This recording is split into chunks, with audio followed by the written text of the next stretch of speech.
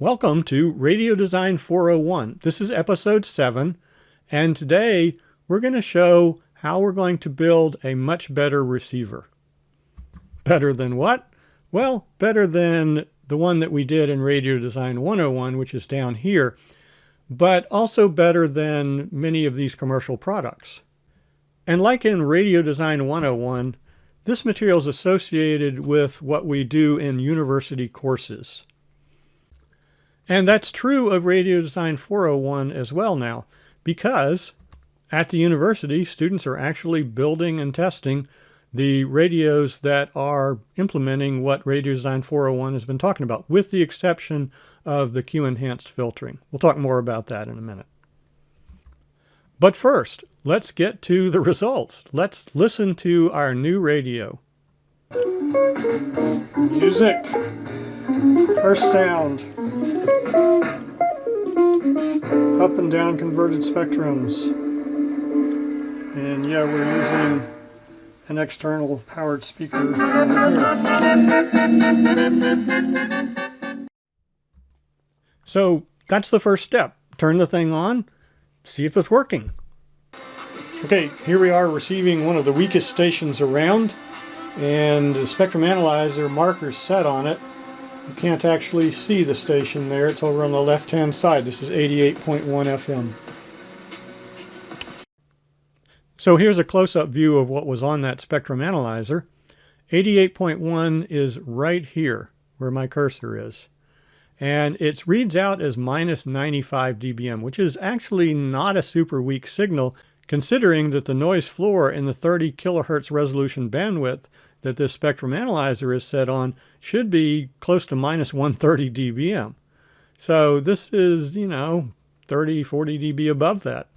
But as we've discussed in this series, there is radio frequency interference in the environment, especially in an indoor testing environment like I'm doing.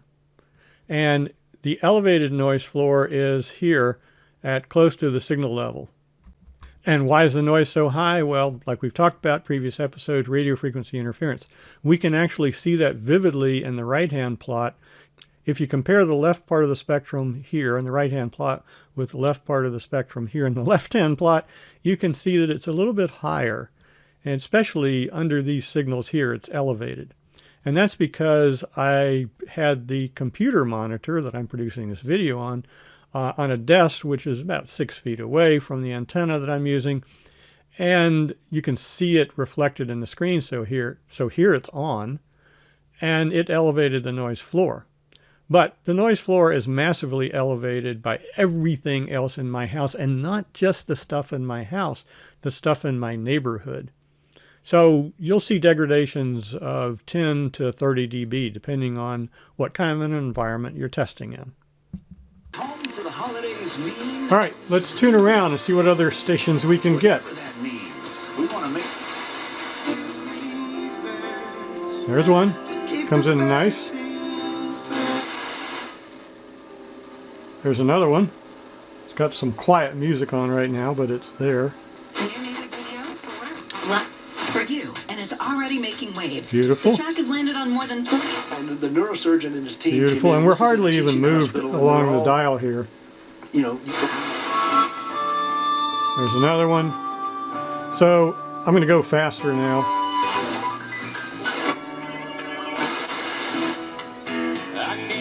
Living community for adults. So you can see we can pick up lots of stations. And I counted 42 one day.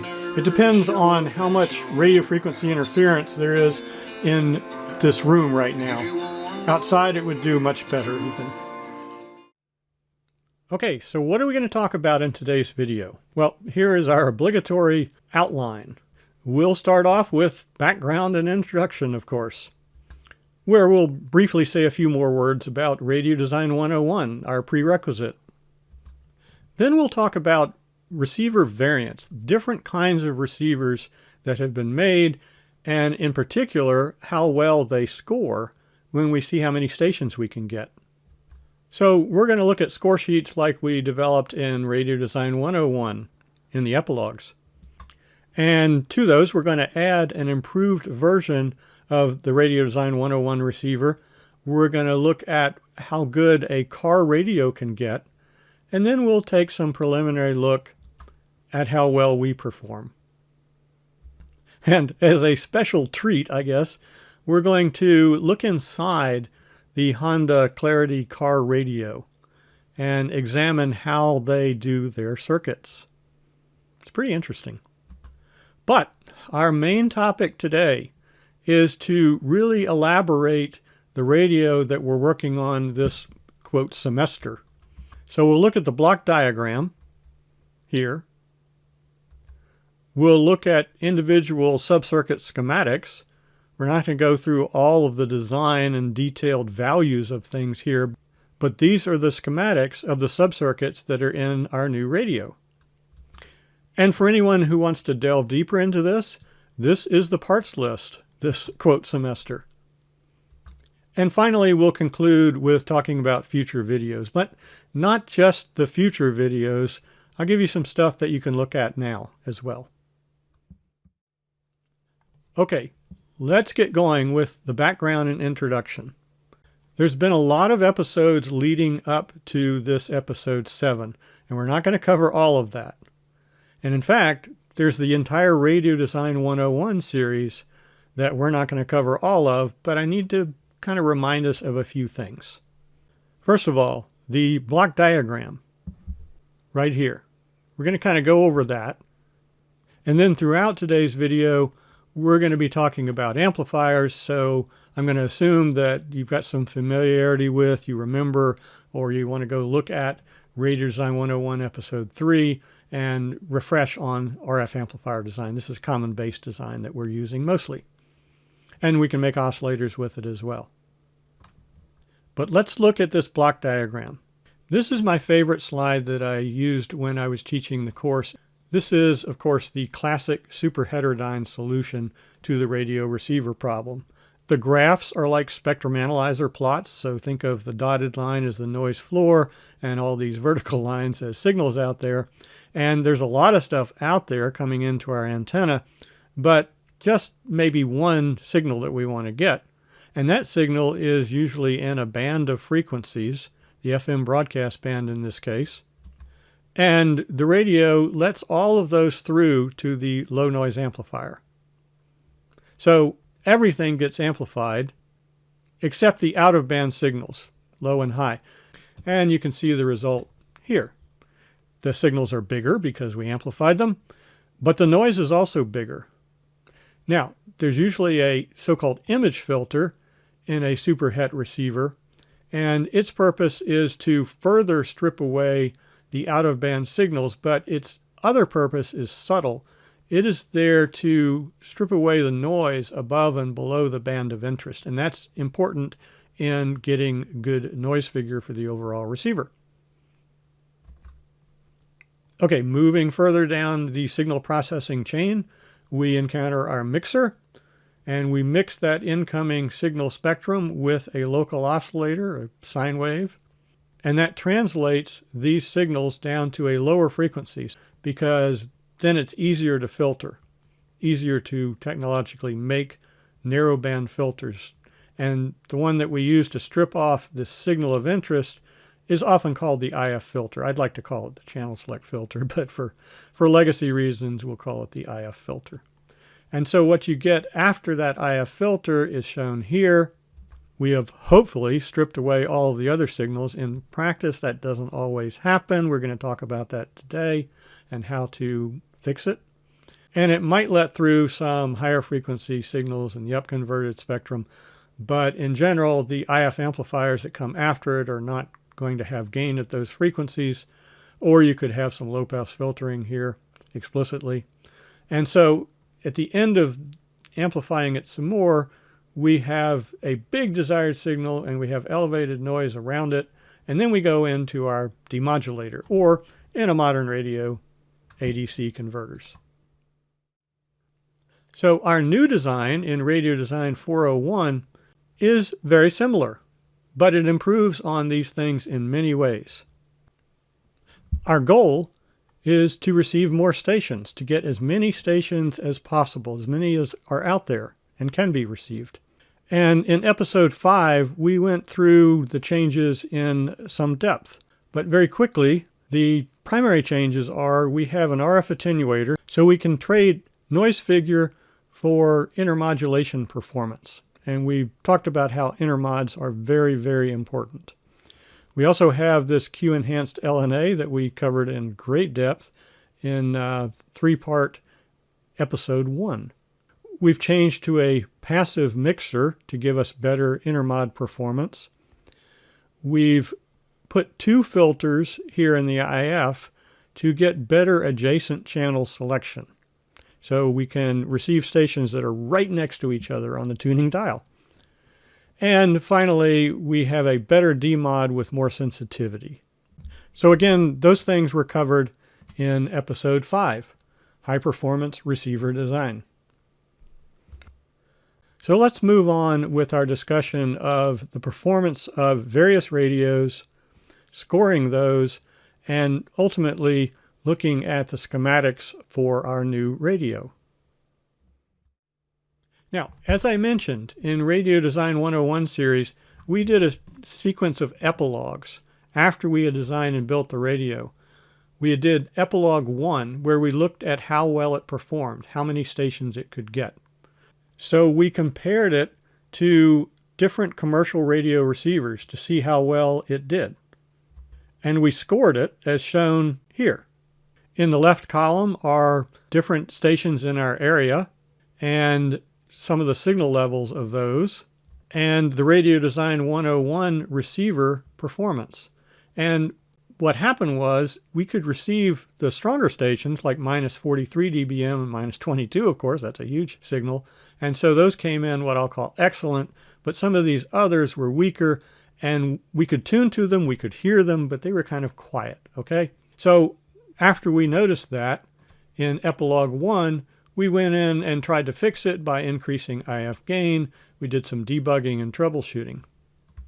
And after that was done, we got what's in this column where it says FM receiver fixed. Then you can see that we got a few more stations, but some of the quiet ones were better. Not perfect, but better. And they were on a par then with this little portable radio. So that's this column. But neither ours nor the VR120 was as good as this big old radio in the background. This is like 1980s vintage. And it performed much better. Look at all the stations it could get compared to the ones we were getting or the little portable radio was getting. So the natural question is, why is this old radio doing so much better? Well, we've talked about that, but let me remind us. In previous episodes, starting with Radio Design 101 Epilogue 3, we discussed receiver architectures. That's a fancy word for what kind of block diagram are we using? Is it just the straight superhet that I showed, or is it something fancier? And the main thing that the old radio used was a tracking, pre-select, and image filter design. And that's why it performed so much better. So again, I'll refer you to Radio Design 101 Epilogue 3 if you want to dive into that in detail. But let's move on. Here is our latest score sheet. And unlike the other one, I've included every radio station channel that is out there and the locations of either the registration of the station or the tower, I'm not sure which. And we are in a town called Manhattan, so that's green, so those should be very strong and come in. Some of the other signals, like from Wichita, may be a couple hundred miles away, and we might not get them, as you can see here. The original Radio Design 101 radio didn't get too many stations. It did pick up this one and this one, but they were kind of weak and scratchy. So I've written that as 6 dB signal to noise ratio. That's just my impression. I didn't actually measure it, but it was kind of, you could listen to it, but it wasn't real clear. But other stations like this 93.3, which is local, it came in quite well. So it's green. So anything which is green or light blue is pretty decent. The darker blue that says 6 dB signal to noise ratio is not real great, but it's usable. And this is what the original radio could do. Then we did some upgrades on that original radio, and you can see that here. A primary upgrade was to put our Q-enhanced filter in place of the low noise amp that was used in the original radio. But there's more. Here is that Q-enhanced filter being used in the new upgraded Radio Design 101 receiver.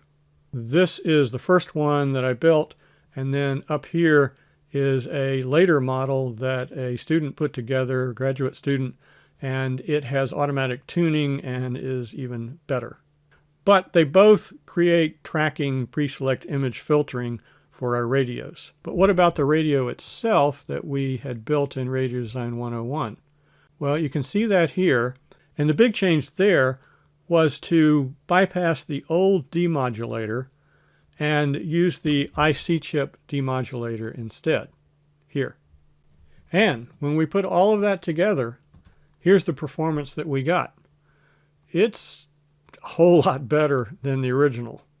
So we've got very strong reception on all of the stations in our town and nearby towns, and some even reception from farther away places. But look at the next column. The next column is 2018 Honda Clarity. That's my car, and it got 88.1 perfect, whereas our new upgraded radio, it wasn't perfect, but it was pretty decent, 15 dB signal to noise ratio. I'm not sure what happened here where the Honda Clarity didn't get this station, but let's look at some of the others. Both did well on this station. The Clarity got 89.3, whereas we didn't. And the Clarity car radio got 90.1, which is out of a town called Hutchinson. And it's a very weak signal at minus 100 dBm. And we didn't get it at all, and it got it in a usable fashion. So one question is why? Well, maybe it's more sensitive, but there's more to it than that. Let's look at these stations down here. Notice that we did well for 92.7, but our radio could not get 92.5 or 92.9, but the car radio could, as well as some other stuff. So why is that? Well, these are only 200 kilohertz away from the local 92.7, and they would be what's called adjacent channels. And depending on how good your IF filtering is, you may not get adjacent channels. So in our new design, that's why we have two IF filters in cascade here, as well as some extra filtering down here. That's all to try to get the adjacent channels. Okay, that is a lot of minutia, and I am not going to go through all the rest of these. Let's move on to this next score sheet, which is easier to talk about, easier to see, but it's got really a lot of subtle things in it. So please pay attention here. I've got some other things to comment on. The simplicity of this table is that I list the radio in the first column and how many stations we could actually get. And I said real stations because depending on how well you've designed your radio, you may hear a single station on multiple places on the dial. That's what I'm getting at. So these are real stations that we could get that weren't repeats. So the Radio Design 101 thing from 2022 got 17 stations after we fixed it. With the upgrade, with the Q-enhanced filter and the improved IF gain that the demod provided, we got 29 stations. So that's a lot more. That's pretty good. But wait a minute. Let's go to the car radio. So that's this row here. It got 44 or more stations, depending on what direction the car was pointed in. And that's really good compared to 17 or 29. So this thing scored much higher. Our Radio Design 401, this little guy right here that we've put together, and I showed you, this got 42 stations, so almost as many as that Honda car radio. Why is that significant? Why is that impressive? Well, because the car radio draws more than 200 milliamps, and our little radio draws nominally about 30 milliamps. And this was without the Q-enhanced filtering. But we can do better. When we get to implementing the Q-enhanced front end for this radio, then I expect we're going to equal or outperform the car radio at much lower power, at something like 30 milliamps instead of 200 milliamps or 500 or whatever it is. I can't give you a number here because in these newer car radios, you can't find much information on them. But I did buy one and take it apart. So I did a teardown. So let's look at that next. So back in episode 5, I talked a little bit about what's inside this car in terms of its radio. There is an antenna which is in the back of the car. It looks like a little shark fin, except that for FM broadcast, you need a lot more effective aperture in your antenna. So it's not just that. There's actually some wiring back there that, in my opinion, forms a dipole.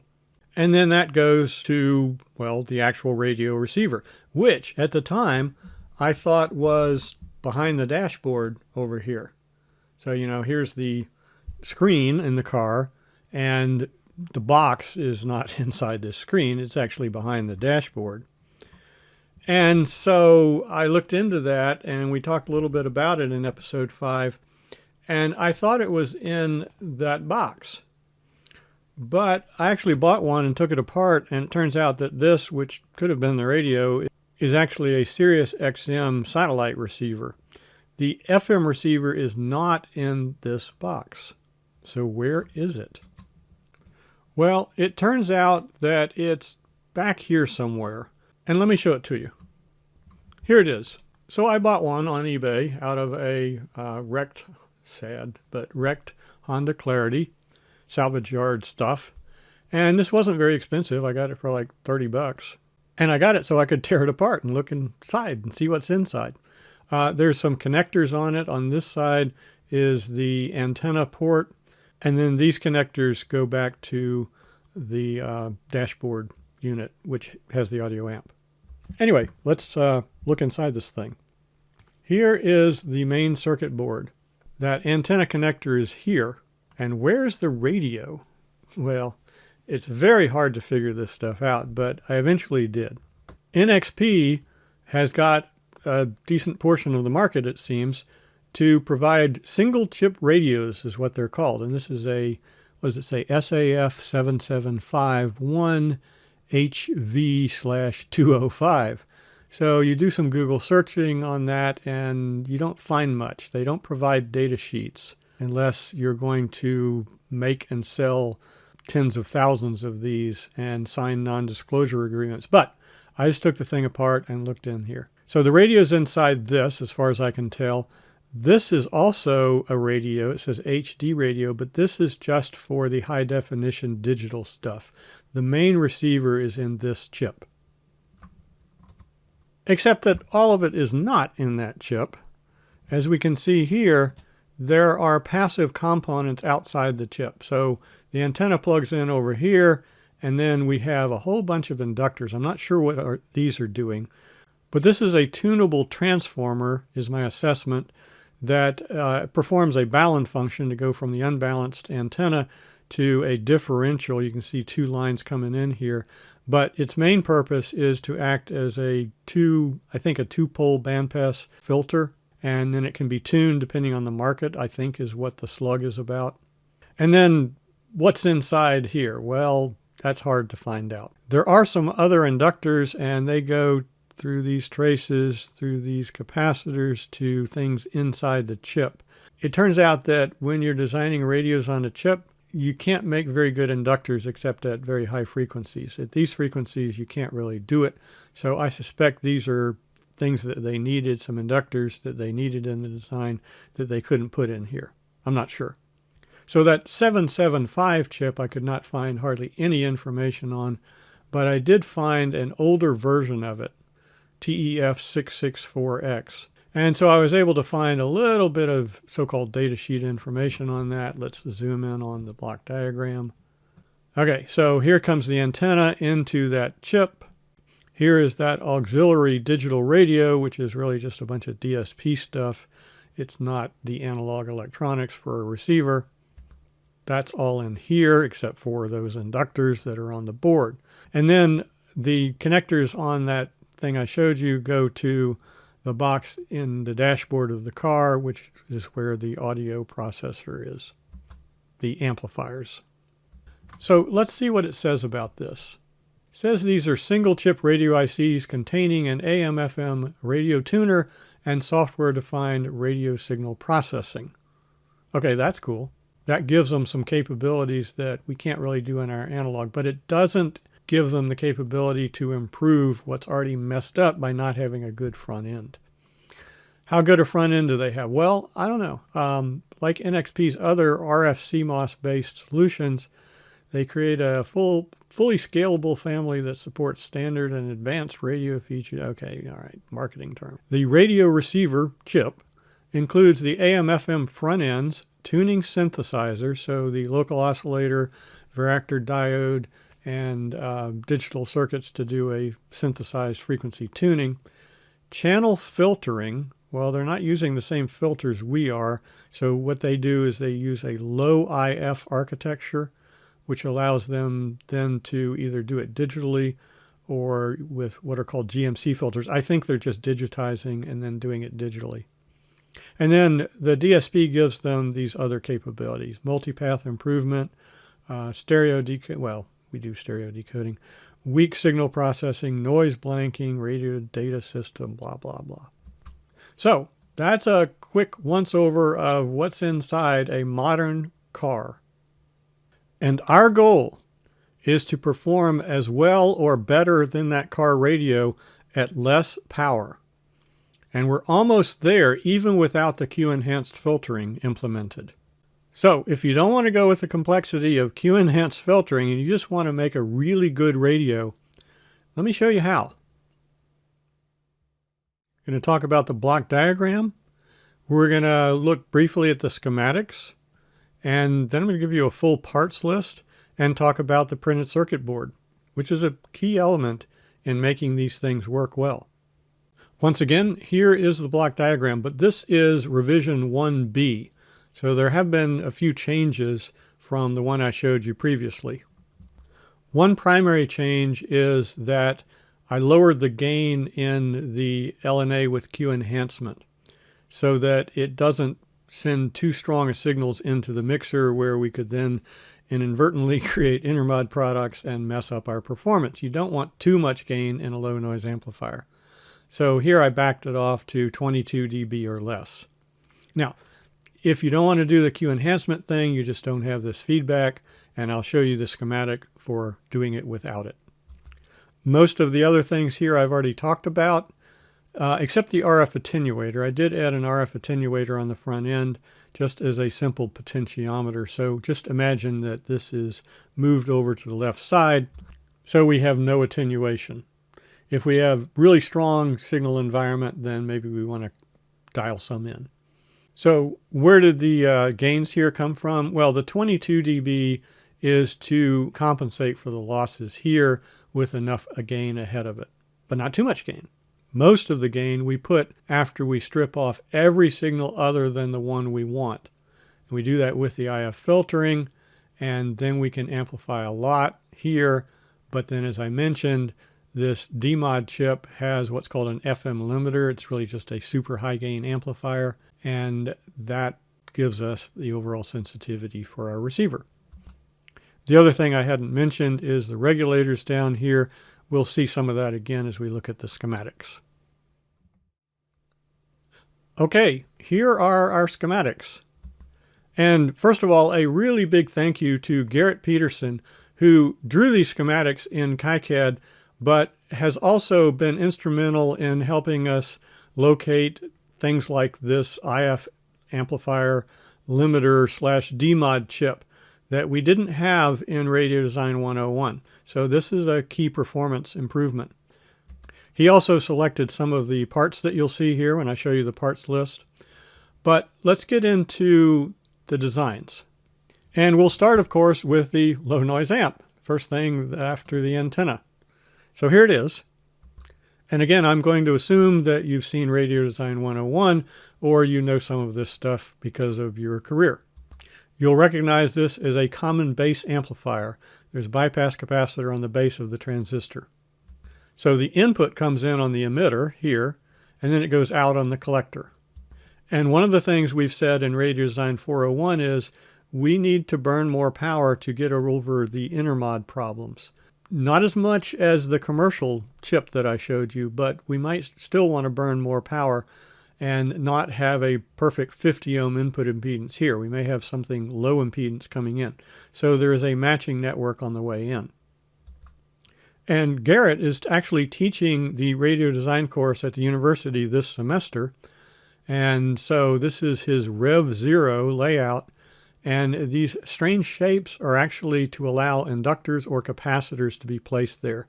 So the students are not given the actual schematic other than what I'm showing you. They don't have values. They have to make a lot of choices, and they can design different kinds of matching networks. So that's why we have this kind of interesting looking pattern here on the circuit board. And here it is in schematic form. So it looks like a pi network, but it doesn't have to be. It could be, for example, an L matching network. So when I did my implementation, and I came at it from scratch and designed it the way I wanted it to be, students can design it any way they want. I actually used an L matching network on the input, so I won't give away the answer. Well, actually, I can give away the answers because this semester the students have already done the LNA. So what I did is I did a L match that had an inductor to ground here and a series capacitor. I didn't use this one. And then this capacitor wasn't needed because there was already a capacitor in the matching network. And I think I ran, I don't know, 5 or 10 milliamps in this transistor. So the match was from 50 ohms down to a much lower impedance. The other thing I did different than probably what Garrett or the students did is I put in a variable capacitor here because I wanted the front end to not have the entire service band pass through the LNA. I wanted to have something like a 2 or 3 megahertz bandwidth. And so that's why there's a tunable capacitor here. And you can see that in my test shot here. Here's the inductor in that output tuned circuit, and here is the variable capacitor. It's kind of a pain to tune, but I'm just trying to judge how well this thing works. I'll show you ways that it could be implemented for real later. And then just like on the input side, there are variants that you can use for output matching. You can actually integrate some of this stuff together with these tuned circuits like we discussed in Radio Design 101. So I will refer you to that for more details. All right, let's move on. After you've got the LNA done, project 2 that the students are doing is a local oscillator. It's more than a local, it's a tunable local oscillator. So let's take a look at it. This is a common base Colpitts oscillator, just like what we discussed in Radio Design 101. There are a couple of changes here. Number one, there's R305. The reason that's there is because this transistor is running on a reasonable amount of current, and the input impedance looking into this common base amp, remember this is an amp at the core of the oscillator, the input impedance looking in there is kind of small, and we don't want to load down this capacitive voltage divider. So we put this guy in. You do have to make sure the loop gain doesn't get harmed by that, but it's okay.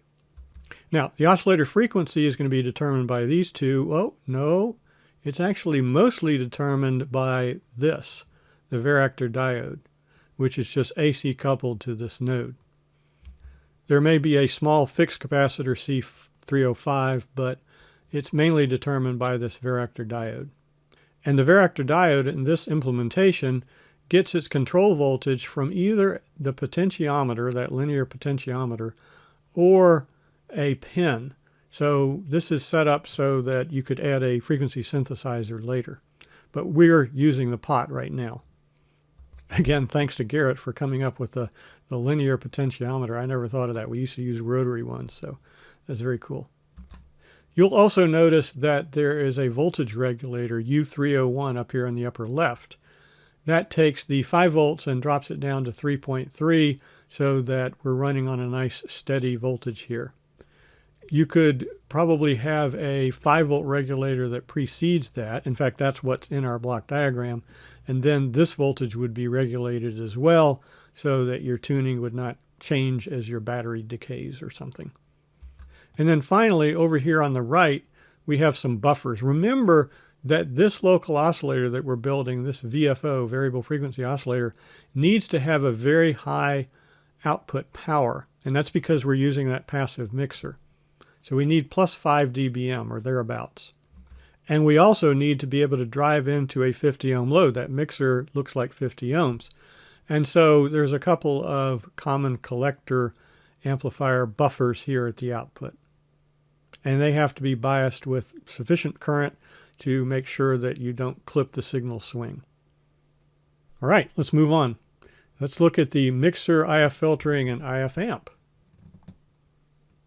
So the mixer is a passive design. It doesn't have a power supply.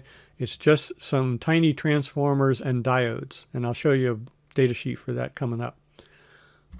It takes the RF from the low noise amplifier. It takes the LO from the oscillator that we just looked at, mixes them together, and creates the sum and difference frequencies.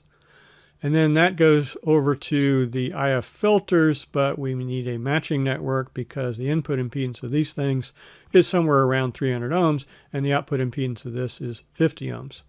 You could probably get away without a matching network, but you'll get a little better performance with it. Also, these filters would not look too kindly on seeing a 50 ohm source driving them. It'll distort their filter shape some. So we do have a matching network here.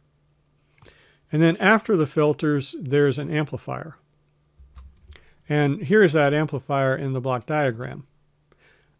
I wanted 25 dB of gain for this because given all the losses in the filters, even with the low noise amplifier gain, a minus 110 dBm signal is minus 103 dBm at this point.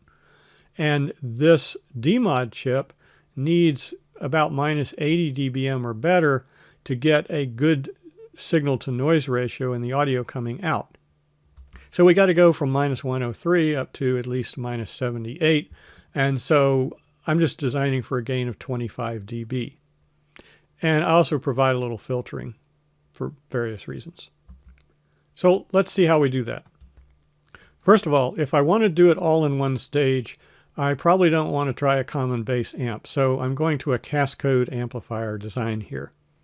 And to remind us of how that works, the signal comes in on the base of the lower transistor. The emitter is AC grounded, so this is a common emitter stage. But it's driving into this one, which, oh, that's common base.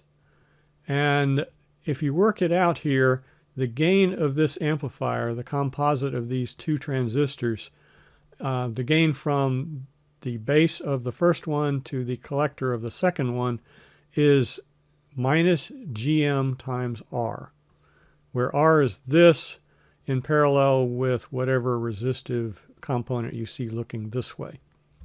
Anyway, if you design enough of these and compare them to the common base, you'll see that the common base, yeah, you get about 15 dB of gain. These things you can get 35, 40 dB. I only want 25 dB, so this is going to be fine. The other thing I have to do is make sure that this filter sees a good 300 ohm load on it, because otherwise its shape will get distorted. So, little question down here, is a matching network worth it? You could put a matching network here and convert from 300 ohms on this side to whatever you see looking in here. But you could also design the bias network so that the combination of R406 and R405 in parallel looks something like 300 ohms, and that's what I chose to do.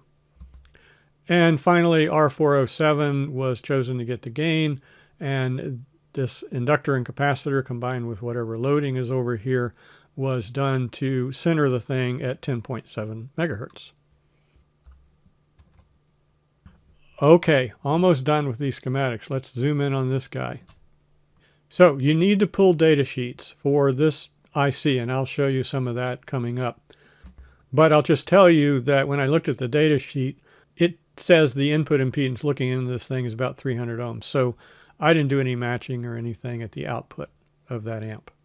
Inside the chip, there is a quadrature DMOD, which is essentially exactly what we did in Radio Design 101. And so you've got this capacitor, and then you've got this LC network with the resistor, and I can't go through that here, but I can refer you to Radio Design 101 where we did the demodulator. The rest of this stuff just bypass capacitors. And then over on the right-hand side, we've got some audio amplification because depending on what you do with the tune circuit here, you may only have a few hundred millivolts of audio coming out. And I went to a powered speaker at the output. I probably need a DC blocking cap here. I went to a powered speaker and I didn't know exactly how much signal level it needed coming in, but I figured it was probably more than I had here. Or actually, Garrett did this. He did this design of an audio amp using a dual op amp. And it's powered from a single supply, unlike the plus and minus voltages that we typically see in textbooks for op amp circuits. So it's a little bit more sophisticated looking. We bias at the midpoint of the 5 volts here, and then that keeps these pins in the right voltage range in between 5 volts and ground so that the op amp is happy. And then the gain, of course, is just chosen with the resistors. Let's see, this I guess is AC ground because this is a low impedance output. So if this is AC ground, then it looks like this is a non-inverting op amp configuration, and we just have a gain of 1 plus this resistor over that resistor. So what's this C510 doing? Well, that's providing some roll-off at high audio frequencies. And we need that for what's called de-emphasis in the FM broadcast demod. Again, see Radio Design 101 for what that means. All right, sorry about that. Okay, so that is a quick walkthrough. If you want to consider building something like this, first step in figuring out how to do a design is figure out the parts you want to use. Well, we've already done that here, and I've given the part numbers so you can just do searches for these and it'll probably turn them up even if I don't have the suffixes. And then finally, if you're going to do this yourself, you would need a circuit board. Garrett was kind enough to give me the one he had already done. In return, I did a lot of testing as I built it up and provided feedback on it. One of the changes that we made is we didn't have a speaker here in the end. This was a Class D audio amp, and that corrupted our spectrum quite a bit. So this was deleted, and we just took the audio out here and went to a powered speaker. But this is the layout. Now, of course, this is just the top. So what's underneath? Well, I don't have a picture of it here, but I will refer you to some of these previous videos. Radio Design 101 Appendix C, where the Q-enhanced filter was shown, and we discussed the importance of having a ground plane, preferably very close to the signal plane. So you can see all these lines here. There's actually a ground, this is a 4-layer board. There's a ground plane about 10 mils below this. And in this appendix to Radio Design 101, we talked about why that's important. The board is 4 layers. So there's the top layer, which in this diagram of a different board, this is done by the graduate student, is this red trace stuff or orange trace stuff. The green is the ground plane right below it, and then this other brown stuff is a power plane below that, and then if you need any traces on the back side, they're even below that. Over here on the right is the so-called stack up. So what do we have? We have about 8 mils from the top layer to the ground plane. And that's really helpful in decreasing coupling between lines, and that's what this stuff is about if you want to look at Appendix C in Radio Design 101. So that just about wraps up this episode. We've talked about the block diagram in some detail. We've shown the schematics. We've given a parts list that you could pull some part numbers from and start studying the ICs if you're interested in building some of these things. And we showed an example printed circuit board, which is actually being used this semester. What we haven't done yet, and we might do in future videos, is look at sub-circuit design at a more detailed level. In particular, I have run simulations and done measurements on all the individual subcircuits, and I'm not going to do that immediately because the students are still working on it this semester. However, they have finished their LNA, which was not a Q-enhanced one, and I sort of sidestepped the Q enhancement here because we've covered it so much in this series so far. But here is the latest schematic for that. And I think I'm going to go into some detail. This actually has component values on it. So in the coming weeks, I could present that. And I've already done a few slides on it. The previous episode, episode 6, information on noise figure and the analysis of that, we will look at what the noise figure of this Q-enhanced LNA is. And in fact, here it is now. It's about 4.3 dB, which I would call about 4 dB. Now, that is not an impressive number, but remember, what we've talked about in this series is that noise figure is not usually, except for designs that are going to be looking up into the sky or something, for terrestrial use, noise figure is not all that critical. It's the intermod performance that matters. So, done some intermod simulations, and we'll talk about those in future videos. And then we need to build up those refined Q-enhanced filters or front ends and do more scoring. Because, as you may recall, our goal is to create something that works as well or better than some of the best car radio designs that run on higher power. So we can probably end up reducing the power by a factor of 10 and still get the same or better performance. And that's what I'm hoping to do. And if that all works out well, if we actually do outperform the car radio at 10 times lower power, then it probably is warranted to do more videos, maybe another series, on the Q-enhanced front ends themselves. That requires studying positive feedback in circuits, which is kind of a deep issue. Of course, also we need to do self-tuning of the hardware, and that's a lot. However, a recent graduate student did a thesis on this, and you can find it here. And if you want to look at that and you don't want to type in this big long number and letter sequence here, you can just go to this address and search for this title. And if you'd rather see videos, remember episode 1. There's 3 parts to it. I'm just showing part 3 here. It talks about low power receivers in crowded spectrum environments and goes into, in some detail, how these Q-enhanced filters work. So that's it. Once again, I really hope this has been valuable. If you have questions, please put them in the comments and I will try to answer them as soon as I can.